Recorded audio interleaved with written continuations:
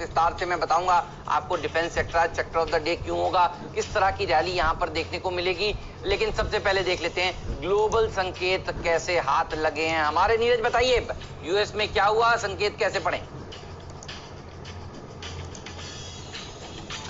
देखिए, अमेरिका के संकेत वहाँ के कंपनियों के नतीजों पर, फेड की बैठक के इंतजार में और उस पैकेज के इंतजार में था। तो कल वोलेटाइल सेशन के बाद वहाँ थोड़ी प्रॉफिट बुकिंग हुई और वो प्रॉफिट बुकिंग प्योरली इस बात पे थी कि वहाँ जो रिजल्ट्स अच्छे नहीं आए, 3M ने कमजोर नतीजे दिए, तो उसकी वजह से प्रॉफिट बुकिंग हुई। टेक्नोलॉजी शेयरों में थोड़ी प्रॉफिट बुकिंग हुई क्योंकि कांग्रेस के सामने बहुत सारे जो टेक जायंट्स हैं उनकी मीटिंग है। तो एक लोकल इश्यूज पे वहाँ का प्रॉफिट सेशन था। हाँ, $1 ट्रिलियन का जो पैकेज आने वाला है उसको लेकर के इंतजार है। इन्वेस्टर और ट्रेडर वेट कर रहे हैं कि वो आए तो उसके बारे में उसकी डिटेलिंग देखें। साथ ही फेड की कमेंट्री जो होगी वो बहुत इंपॉर्टेंट होगी कि आगे का रास्ता वो क्या बताते हैं, उनके प्रोजेक्शंस क्या हैं कि बाकी 6 महीने साल के कैसे रहेंगे। तो इन मुद्दों पे वहाँ पे लोकल ट्रेड हुआ, इसलिए थोड़ी सी प्रॉफिट बुकिंग देखने को मिली। उससे भारत के या दूसरे किसी बाजार को बहुत फर्क नहीं पड़ेगा, इसलिए मैं कह रहा हूँ कि न्यूट्रल क्यूज थे वहाँ पे। वहाँ के इंडेक्स को देख करके आपने समझिए कि अमेरिका में बड़ी कमजोरी हो गई थी। और गोल्ड देखिए अभी भी हाइस पे है, कल 1954 का उसने क्लोजिंग दिया है और वहाँ से आगे की जर्नी शुरू होगी। चांदी में भी $25 के ऊपर की क्लोजिंग हुई है, तो वहाँ पे भी एक मजबूती बनी हुई है लगातार। तो मेजरली ट्रेंड में कोई चेंज नहीं है, लोकल इश्यूज पे रिजल्ट्स वहाँ पर रिएक्शन। देखिए, आज दरअसल इन ग्लोबल संकेतों के ज्यादा मायने हैं नहीं हमारे लिए। हम हैं एक्सपायरी वाले मोड में। इस सीरीज में बुल्स ने अपना झंडा गाड़ा हुआ है और अब कल की एक्सपायरी से पहले और ये सीरीज बहुत ही शानदार रही है। सब संदेह कर रहे थे कि पता नहीं जुलाई की सीरीज में कहीं प्रॉफिट बुकिंग ना आ जाए, ऐसा कुछ भी नहीं हुआ है। देखिए, और इस सीरीज की एक्सपायरी से पहले आज जो इवेंट्स लाइंड अप हैं ये बुल्स के फेवर में है। दर्जनों इवेंट्स है नीरज। मुझे लगता है ग्लोबल संकेतों को दरकिनार कर देना चाहिए क्योंकि फेड की बैठक के आउटकम से पहले यहाँ पर देखिए कोई शॉर्ट करेगा नहीं। आज देर रात फेड की बैठक का आउटकम आ जाएगा, कल सुबह सुबह हम उसके ऊपर रिएक्ट कर रहे होंगे। तो ये जो पीछे का डेटा है इसके ऊपर आज ट्रेडर्स रिएक्ट नहीं करेंगे। ट्रेडर्स रिएक्ट करेंगे आज जो कैबिनेट की बैठक 10:30 बजे होने वाली है। रिफॉर्म्स की गाड़ी को सरकार शायद और आगे बढ़ा सकती है और ये इसलिए मैं कह रहा हूं क्योंकि 2 हफ्ते तक देखिए कैबिनेट की बैठक दरअसल हुई नहीं थी। आज बाजार बंद होने के बाद पीएम जो है वो बैंकों के मुखियाओं के साथ एनबीएफसी से मिल रहा है। तो मौका है और सिर्फ मौका है, ध्यान रखिए। और ये मौका जो है इसीलिए नीरज मैं कह रहा हूं क्योंकि आईपीएल का सीजन आ रहा है। तो देखिए अब वहां से ये क्यों लिया है। मुझे लगता है कि अच्छी तेजी देखने को मिलेगी। एफएम का कल देर शाम का स्टेटमेंट बहुत ही काम का है नीरज। वो ये कह रही है कि वो रेडी है इंडस्ट्री की मदद करने के लिए, उनको सुनने के लिए। तो ये स्टेटमेंट कल बाजार बंद होने के बाद आया है। रफाल भारत में आज देखिए 2 बजे आ रहा है। इससे हमारी ताकत दुनिया भर में और मजबूत होती है। और देखिए मुझे लगता है कि एक सबसे अच्छी खबर ये है कि मोर्टेलिटी जो रेट है वो वर्ल्ड में भारत का सबसे कम हो गया। यानी कोरोना तो आ रहा है लेकिन हमें नहीं छू पा रहा। हमारे यहाँ सबसे कम लोगों की डेथ्स हुई हैं। ये सब पॉजिटिव है। देखिए जब ये शुरुआत में डेथ्स हुई थी लोग बड़े बड़े फुल स्क्रीन बम्पर चला रहे थे और कह रहे थे कि कोरोना आ गया, कोरोना आ गया। अब कोई नहीं बता रहा कि मोर्टेलिटी रेट सबसे कम हो गया है। अब कोई नहीं कह रहा कि अनलॉक 3 में ज्यादातर चीजें खुल जाने वाली हैं। दिल्ली के सीएम ने कह दिया है कि हिंट दे दिए हैं कि वो आज दिल्ली में जो होटल्स हैं जहां पर पहले कोरोना के मरीजों की सेवा हो रही थी उनमें अब होटल्स में कोरोना के मरीज ही नहीं बचे तो उनको डीलिंग कर देंगे। तो होटल वापस अपने होटल वाला काम करेंगे। ये आज की सबसे बड़ी खबर है। अब 82% बेड्स अस्पतालों में खाली पड़े। अब ये देखिए कोई नहीं बता रहा है। और इसीलिए देखिए हम तब भी कह रहे थे जब गिरावट आई थी तो खरीदारी करिए। और अब जब सब कुछ सही हो गया है तो बाकी लोग भी देखिए खरीदारी करने के लिए आगे आएंगे तो भारतीय बाजारों में तेजी देखने को मिलेगी। तो मुंबई में भी देखिए नीरज 100 दिनों में सबसे कम मरीज पाए गए, 1000 के नीचे हो गई है ये संख्या। तो ये सारी पॉजिटिव्स हैं जो बाजारों को ऊपर लेकर जाएगी। अनलॉक 3.0 के ऊपर फोकस होगा। तो आज डिफेंस और अनलॉक 3.0 के चलते वो स्टॉक्स जिनको फायदा होगा उनको मैंने आज अपनी टीम में शामिल किया है। तो स्ट्रैटेजी क्लियर है, खरीदना है, खरीदना है और खरीदना है। आपने कैसे रणनीति बनाई? जी बिल्कुल, मेरी भी रणनीति बिल्कुल वही है कि खबरों वाले स्टॉक्स पे फोकस करिए।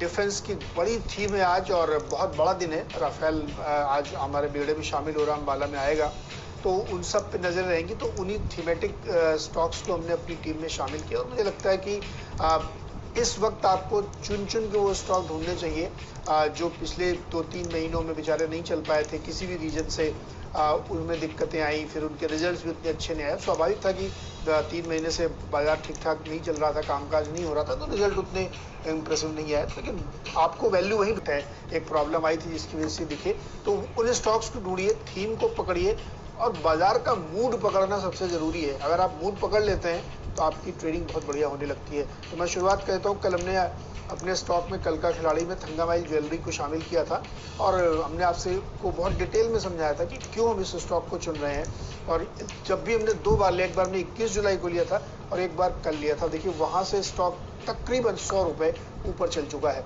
और अभी भी इसमें बहुत गुंजाइश इसलिए बाकी है क्योंकि जो सिल्वर की ट्रेडिंग है, जो गोल्ड की ट्रेडिंग है, इस सब में अब धीरे धीरे रुख बनता हुआ दिख रहा है और इन सब कंपनियों को वो गेंस होता है क्योंकि बड़ी इन्वेंट्री लोग रखते हैं।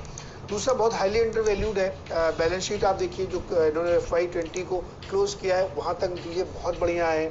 और फिर एक हमने आपको फ्यूचरिस्टिक ट्रिगर बताया था कि जब भी मानसून बढ़िया होता है तो ग्रामीण इलाकों में 2 चीज़ें बहुत खास तौर पर बिकती है। एक तो मोटरसाइकिल बहुत बिकती है और दूसरा सोना चांदी बहुत बिकता है, क्योंकि ये वहाँ की ज़रूरत होती है मोटरसाइकिल मूवमेंट के लिए। और सोना चांदी वो अपने आप को हेज करते हैं। घर में अब शादियाँ होने वाली, शादियों का सीज़न शुरू होने वाला है, तो उन सब की वजह से इनकी डिमांड बढ़ती है। और हमने आपको यही बताया कि तमिलनाडु में देश का 40% गोल्ड कंजम्पशन होता है हर साल। इतनी ज़बरदस्त वहाँ पे डिमांड होती है।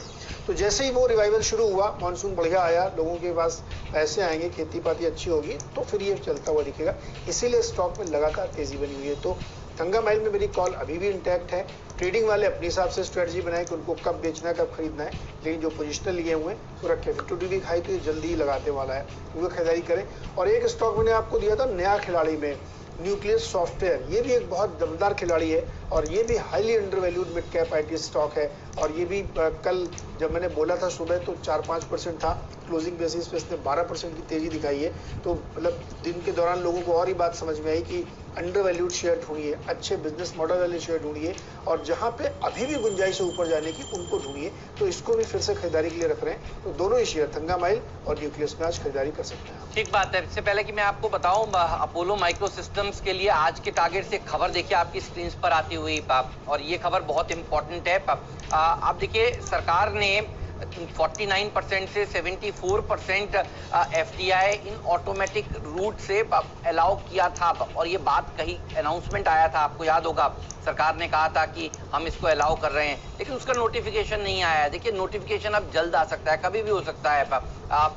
आज हो सकता है, इस हफ्ते हो सकता है, कभी भी आ सकता है। देखिए, कल जो एडिशनल सेक्रेटरी हैं डिपार्टमेंट ऑफ डिफेंस के राव साहब, उन्होंने एक और बढ़िया काम ये किया है कि डिफेंस एक्विजिशन प्रोसीजर्स की पूरी सूची सामने रख दी है।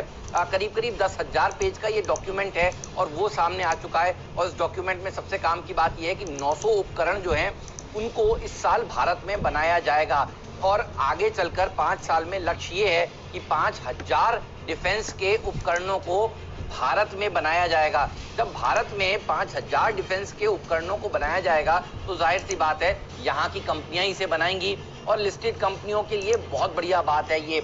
और मुझे लगता है कि न सिर्फ सरकारी डिफेंस कंपनियां, प्राइवेट डिफेंस कंपनियों का बड़ा रोल होगा। PPP के तहत देखिए सरकारी डिफेंस कंपनियों के साथ ये पार्टनरशिप करेंगी और मुझे लगता है कि ये सेक्टर बहुत ही बढ़िया प्रदर्शन दिखाएगा। अब तक देखिए सेक्टर के ऊपर ज्यादा चर्चा होती नहीं थी, लेकिन जब से सरकार ने FDI की सीमा बढ़ाई, जब से देखिए आज मूड माहौल वैसे भी नीरज रफाल को लेकर देखिए पूरा मुग्ध है। आज दोपहर में 2 बजे के आसपास अंबाला आपके एयरबेस में ये आ जाएगा। वहाँ के गांव के आसपास 100 धारा 44 लागू हो चुकी है क्योंकि फोटोग्राफी और ये सब चीज़ें अलाउड नहीं है। लेकिन आज मुझे लगता है कि डिफेंस सेक्टर का दिन हो सकता है। नेगेटिव लिस्ट देखिए सरकार ने हाल ही में तैयार की थी मई में, और सरकार ने ये भी कहा था कि एक सेपरेट बजटरी एलोकेशन होगा डिफेंस के कामकाज के लिए। ये जो आप तस्वीरें देख रहे हैं अपनी स्क्रीन पर, ये देखिए हवा में इसमें फ्यूल भरा गया है। तो ये देखिए टेक्नोलॉजी इतनी आगे बढ़ चुकी है कि भारत की कंपनियां भी अब देखिए इसमें कदम ताल मिलाती हुई नजर आएंगी। मुझे लगता है आज डिफेंस सेक्टर का दिन होगा और कल का खिलाड़ी आज अपोलो माइक्रो सिस्टम्स को मैंने अपनी टीम में शामिल किया है। 64% यहाँ पर प्रोमोटर्स की हिस्सेदारी है। सुंदरम म्यूचुअल फंड के पास 4.5% शेयर है। जुपिटर इंडिया के पास 3.25% के आसपास की हिस्सेदारी है। और कुल मिलाकर अगर देखें तो स्ट्रॉन्ग हैंड्स में 75% हिस्सेदारी होती है। तो फ्री फ्लोट वैसे भी इस स्टॉक का कम है। ये शेयर अगर आज और एक 20% वाला सर्किट लगा देगा तो मुझे आश्चर्य नहीं होगा।